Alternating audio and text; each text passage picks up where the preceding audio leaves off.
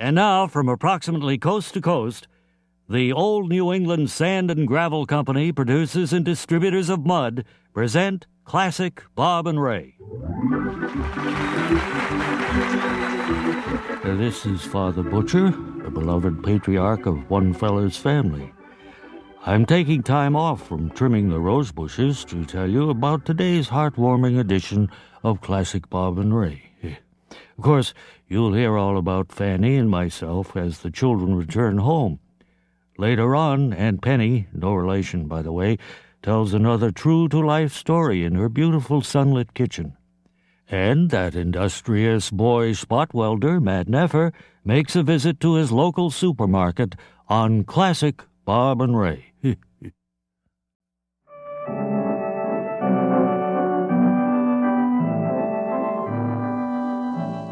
Time now for Matt Neffer, boy spot-welding king of the world.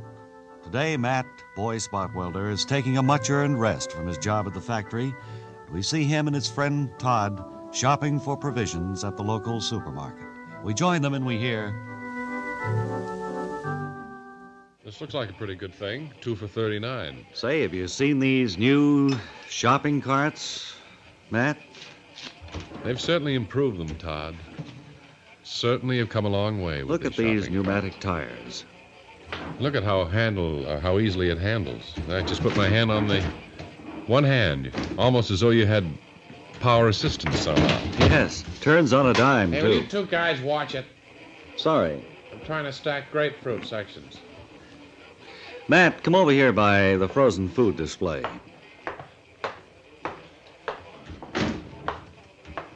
Yes, Todd. Look at that frozen Chinese food there. Doesn't that look good enough to eat? Well, that's what you're supposed to do with it. But how about that TV dinner?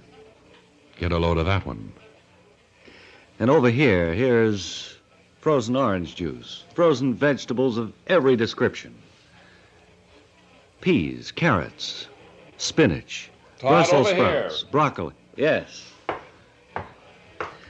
Matt, you know, seeing all of these displays of products, I'm reminded of something. Something I just can't seem to remember. Todd, over here. Over here by Marmalade. Shall I bring the wagon over, Matt? No, I think I can carry this myself. Why, you've picked up half a dozen jars of marmalade, Matt. Todd, that's what I wanted to talk to you about.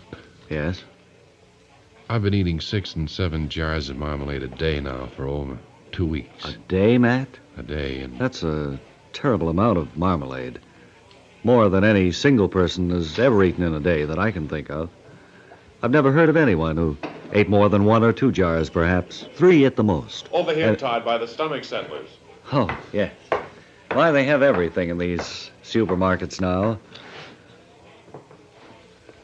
Todd, that lady standing over there by Scallops. The lady with the imitation fur coat? Yes. What about her? Why, she's stealing ketchup, Matt.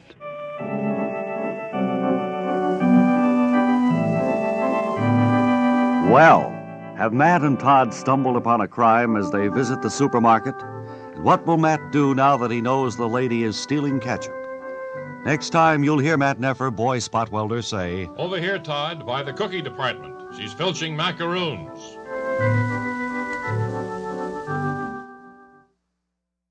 We're going to take you behind the scenes in radio today and show you how reports from correspondents who work away from the studio are phoned in earlier, taped and saved for later use on the air. Now, our Washington correspondent, Gabe Preston, doesn't know he's on the air now as he sends in a story from Washington, our nation's capital. I'm on the phone with him. Gabe, are you set for your taping session now? Yes, I have it all here now. Is the tape running? Tape is rolling now, so anytime you want to go ahead, you just start. The tape is running, okay. Okay, here I go. When are you going to use this, incidentally? Oh, probably in another half hour or so, Gabe. Right. This is Gabe Preston in Blush... Sorry, start over. Tape still running? It's running. Go ahead. This is Gabe Preston in Washington. I was impressed recently while walking past the Capitol. Let me start again. Tape still running? Yeah, it's going. Go ahead. This Anytime. Oh, I'm sorry. I was talking over you there. Right. Wait, try it again. Okay. All right, go. This is Gabe Preston in Washington. I was impressed recently while walking past the Capitol dome. I got to thinking about the beautiful Japanese blossoms that blew. Let me start that again. This is Gabe. Is the tape still running? Yes, Gabe, but our time is running out, I'm afraid. This is Gabe Preston in Washington. I was impressed recently while walking past the... Gabe, Hello? I just got a signal. Our time is up right now. We'll have to tape that in the next few minutes if we can, and we'll get it on the air just as soon as we can. Read over it a little bit, will you, please? Okay. I'll call you back in a few minutes. Righto. Hello again, ladies. We're sitting in Aunt Penny's delightful Sunlit kitchen, ready for another delightful true-to-life story from Aunt Penny herself, who's just made some gingerbread. Aunt Penny, that looks delicious. Well, you can just bet it is. And hello, everyone. Doesn't that look good, Danny? I'll bet this is made with creamy, digestible chicken fat, Aunt Penny. You bet it is. All my cooking and baking, I always use chicken fat because I find it so digestible. It just sits in your stomach like a commemorative $50 piece. Well, I'm going to have a sample of it, Aunt Penny, while you get to today's true-to-life story. But now don't eat too much, Danny. It'll kill your appetite. I won't, Aunt Penny. Now then, ladies. Do you mind if I raise the shade just a little bit? There seems to be too much sunlight here in your sunlit kitchen. Well, would you please? Now then, the story I thought I'd tell you today is a story about... How's that for you, Aunt Penny? Enough sunlight? That's fine, Danny, although there's maybe a little too much coming in there. If you could just close the Venetian blinds just a tiny, tiny bit. There, that's just about perfect. Yes, that's fine. Story of Mr. and Ms. Edward Bullock. Well, what about Mr. and Mrs. Bullock, Aunt Penny? Where'd they live? Mr. and Mrs. Bullock... Wait just a minute. Let me go over and fix the shade there. It flew up. It did. Why don't you leave things alone, Danny? Now, there it is, Aunt Penny. I'll just tack the corner of it here so it won't fly up again. Well, Mr. and Mrs. Bullock lived in a small town. You got a hammer, Penny? What? Have you a hammer so I can tack this? Oh, Danny, I can't tell stories if you're going to be running around the room like this. Well, I just want to get the room. Breaking the window, you've torn the shade down. And I've had here's a hammer. Thank you, Aunt Penny. Now, no more, please. Let's sit by. Well, Mr. and Mrs. Bullock. Oh, my word, Danny. What with all the carrying on, I'm afraid I don't have time for the story of Miss Bullock. Oh, dear. But you ladies remember now to do all your cooking with chicken fat. It's so digestible and so good that you'll have the fluffiest cakes and the nicest pie crusts you ever thought possible. I'm going to help myself to some more gingerbread, Aunt Penny, if you don't mind. My word, you're a flannel mouth, Danny. Great Scott. Well, you're not going to leave our story there, are you? Well, I have to. I have to leave. Between all the talk about chicken fat and you're breaking the window and tearing down the shade, I haven't had time to tell the story. Well, I'm sorry, ladies, but Aunt Penny will be back again soon to continue the story of Mr. and Mrs. Bullock. Oh, my word. I know it's an exciting one. Goodbye, Aunt Penny. Bye. A while ago, we were on the phone with our Washington correspondent, Gabe Preston, who was attempting to tape an interesting story about the Japanese cherry blossoms for use later today. Gabe tapes these reports so he can have more time to keep on the go, and it also allows us to hear his report before we use it on the air. He had a little trouble last time getting through the story, but time ran out. This time, Gabe, let's make it succinct, terse, and to the point. Hello, Bob? Right. Good. Is the tape running? It's running now. You can make your report and then get out to do more reporting. This is Gabe Preston in Washington. I mean that. And I was impressed this morning when I was walking past the Capitol Dome. The Capitol Dome. Oh, let me start that again. I think it's a confusing phrase I have here. It's probably doing this. Well, just edit a little bit out of it there. This is Gabe Preston here in the Japanese block. Oh, wait a minute. No, you... Hold on. You have a Take- story on the Treasury Department or anything that we could use? Yeah, I have a little thing on All right, the well, the Treasury. tape is going, if you'll give us that, and then Okay. get right. This is Gabe Preston in Washington. A few minutes ago, I was handed a release from the Treasury Department here that may have some bearing on what plan... Well, future Take plan. it. Can't Future take it. plan. No, they can't, Gabe. Our time is up. I'm sorry again. We'll try to get you a little bit later. Thanks for standing by anyway there in Washington. Okay. And we'll try to tape that report just as soon as we possibly can. 15, 14, 13. And now, Crackers, covered all over with salt, presents Lawrence Fechtenberger, Interstellar Officer Candidate. 2, 3, 1, 0.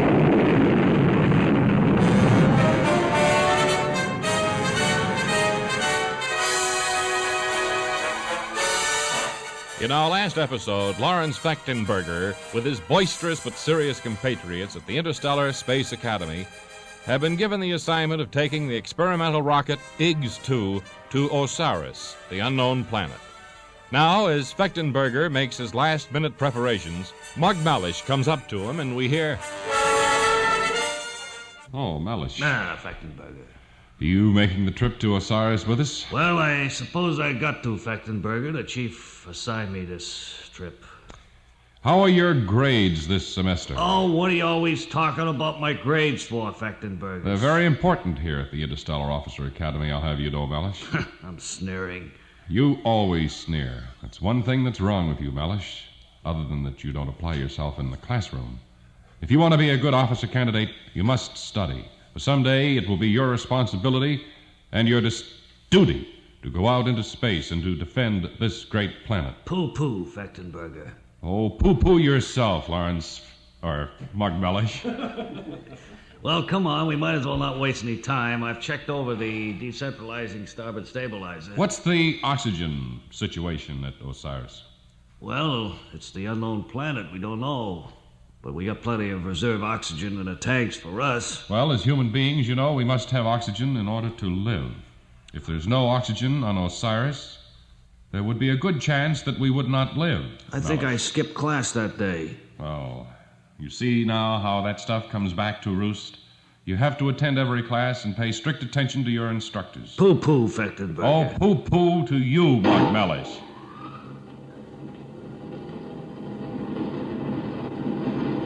The motors are revving up now, Malish. It's too late for you to change your mind. You're going to Osiris with us. Crackers, covered all over with salt, has brought you another thrilling episode in the timely Space Age series, Lawrence Fechtenberger, Interstellar Officer Candidate.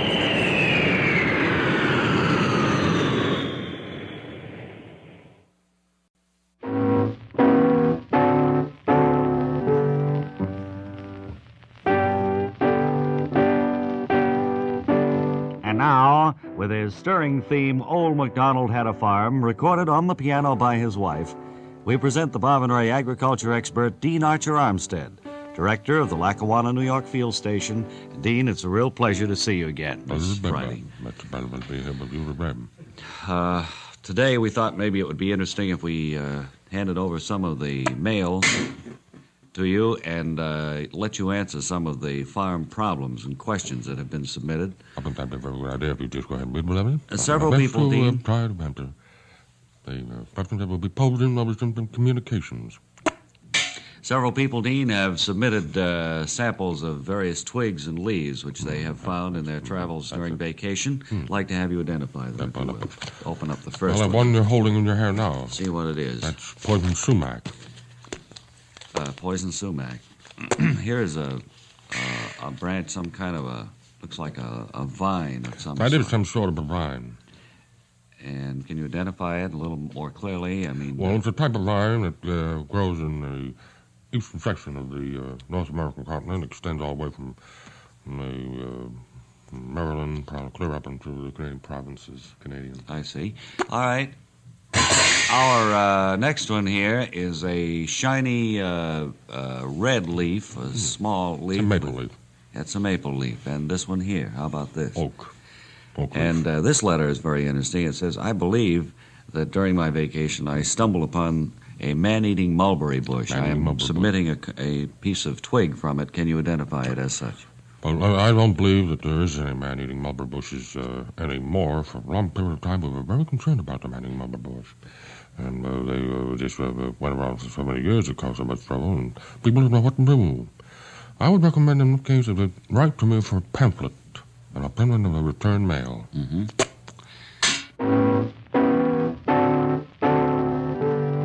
Dean Archer Armstead with the Agriculture Forum of the Air, direct from the Lackawanna Field Station. Thank you, Dean. Now to Methuen, Massachusetts. That's Methuen, right? Oh, Methuen, Massachusetts. Weren't you born about 5 miles from there? Yes, isn't that funny? Oh, I've done that all my life. Now then to Methuen, Massachusetts, and Wally Ballou. Obviously, Mr. Ballou doesn't know he's on the air, so let's attempt Has one of once our more. ace engineers with him, I should think that. No? Well, let's try once again, shall we? Up in Methuen, Massachusetts. Methuen. And Wally Ballou. Lou from the Methuen Works here, the Eastern Regional Plant. What's that, Charlie? Well, having a little difficulty here. Control room, everything seems to be all right. It's a matter now, I think, of just coordinating our signals. If you could... Yeah, I know he is, but he's going to call us when we go on. How are we going to know if he's on or off? Engineer, could you check through and contact the engineer on the scene at Methuen? Hello, Bob and Ray. Anytime you're ready, I'll count 3 and be all set. Wally Ballou is counting 3, so now quickly... 2. Oh, wait a minute. This is... let's try once Somebody's again. nervous, I think, on the... 3. Hello, Bob and Ray. This is Bob and Ray good in New quality. York. It would come through good if he just... Bob and Ray in New York calling Wally Ballou in Methuen, Massachusetts. Come in, please. Picture from here, and until next time, this is Wally Ballou and my broadcasting companion, Artie Skirmahorn, saying thanks a lot for listening, and now back to Ray. I'm awfully sorry, friends. We'll try to do this again.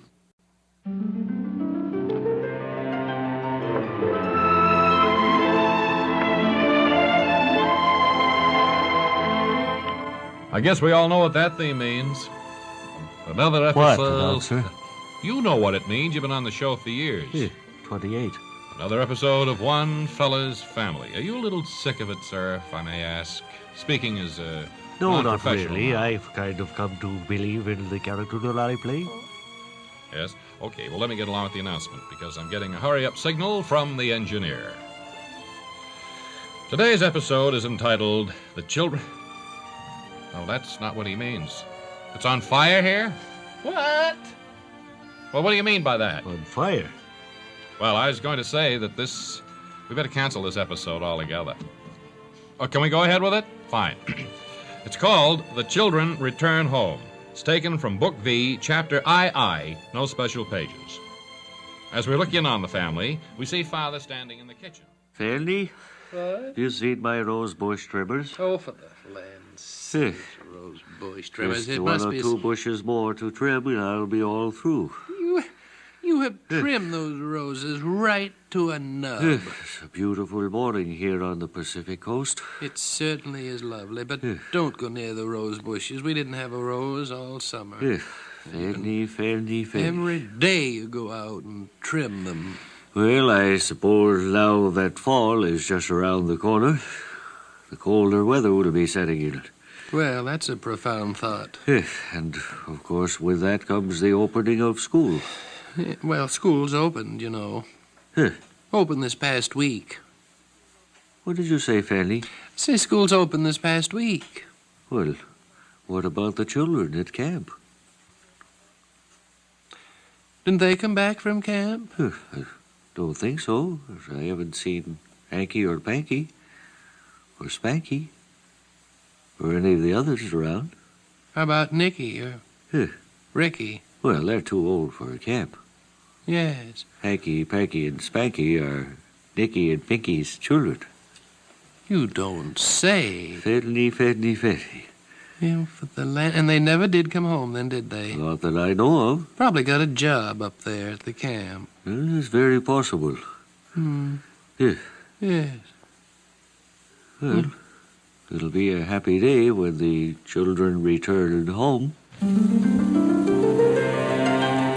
You've been listening to... Would you watch your signals, engineer, please? It makes it very difficult here. You've been listening to One Fella's Family. Brought to you... Not brought to you. It was sustaining.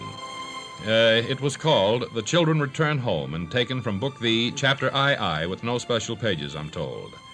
One Fella's Family is written and produced by T. Wilson Messy. This is a Messy production. Will somebody help Father up off the floor? Another of life's embarrassing little moments coming to life now as we stop in at a neighborhood supermarket.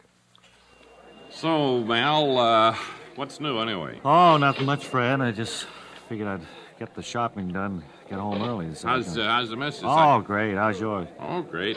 See, you painted your house the other day. Yeah, I got that all fixed up. Well, I'm lucky in that respect. I have, so much stone and all. I just have trim to do and all. Yeah, well, I remember when you did it. Yeah. I helped you out there last summer when you did it. Yeah, you're working overtime, too, are you here? I see your car coming home late at night. That's great, busy, great. busy. Hey, I was thinking we ought to... Friday night, Bertha wanted to know if you and Madge could come over. Well, I think nothing so. important or anything. Just come over and we'll shoot the breeze. Sure, have some fun, huh? like to, and I'll ask Madge just as soon as I get home. I'm We'll sure come she- any time after 7, as soon as the kids are all in Right. bed, you know? You know, we were talking about the other day is maybe we can take that summer vacation place we had last year, the cottage for the four of Gee, us. if we could get it again, wouldn't that be great? Oh, wonderful See, spot. the kids had a wonderful time. Wonderful time. Hey, didn't Yep. realize what time it was. I got a check for $12.50. I'd like to cash here, Fred. Okay, personal? Yeah. Check. Gee, that's over $10, isn't it? Mm-hmm. Uh, I didn't realize it was so late, actually. Hold it just a second.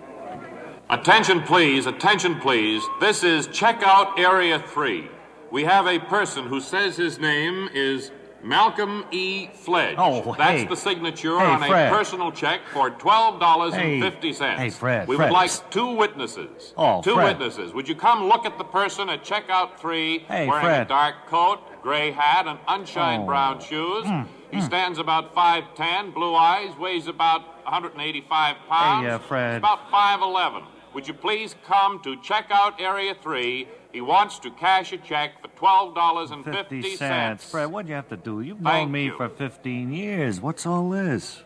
Gee, Clam up, what? buddy. It's over 10 fish, isn't it? Well, sure, it's $12.50, but this is kind of embarrassing. I don't see anyone coming around. I'm sorry.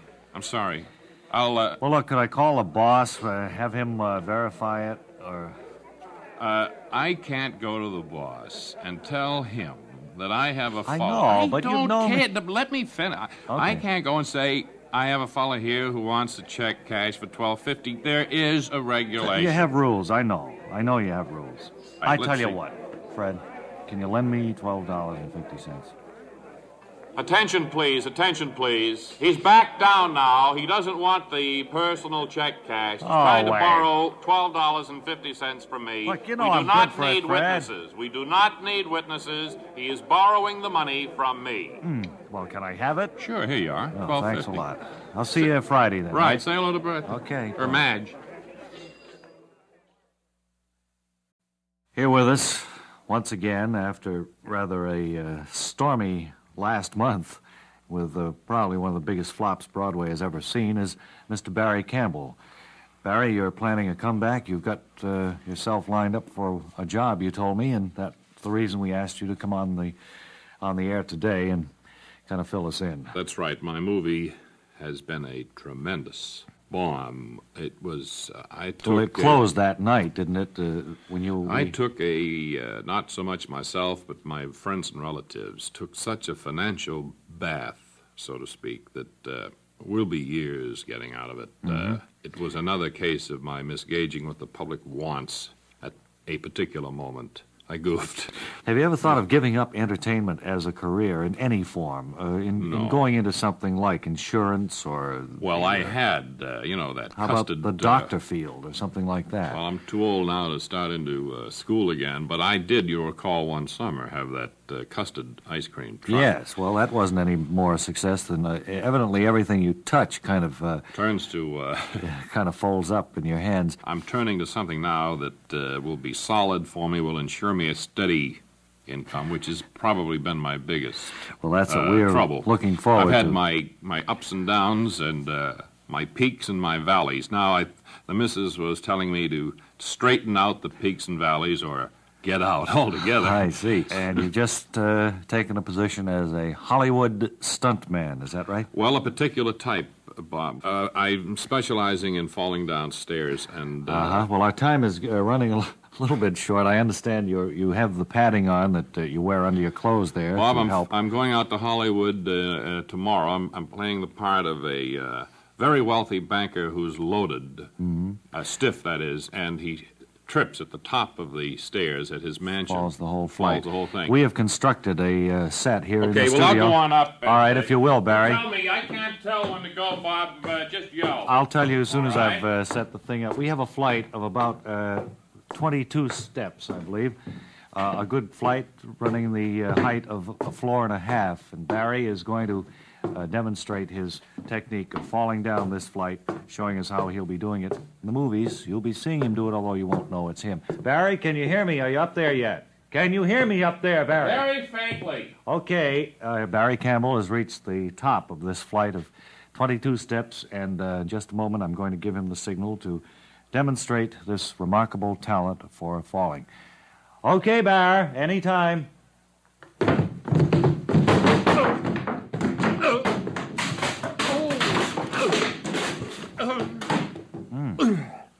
Barry Campbell has fallen the full 22 steps here, and he's now rolling over. Barry? Don't touch me. No, I know that's the first rule. Don't touch me. Get a doctor. Right, and we'll check back. Stand back and let me get air. Will you let me out to the telephone, please? Sorry about this, folks.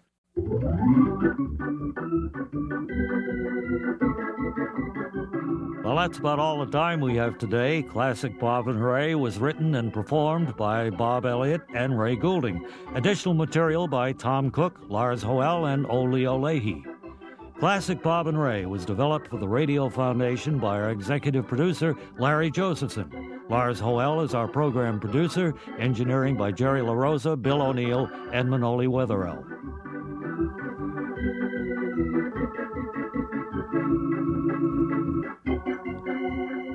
And now this is Ray Goulding reminding you to write if you get work. Bob Elliott reminding you to hang by your thumbs.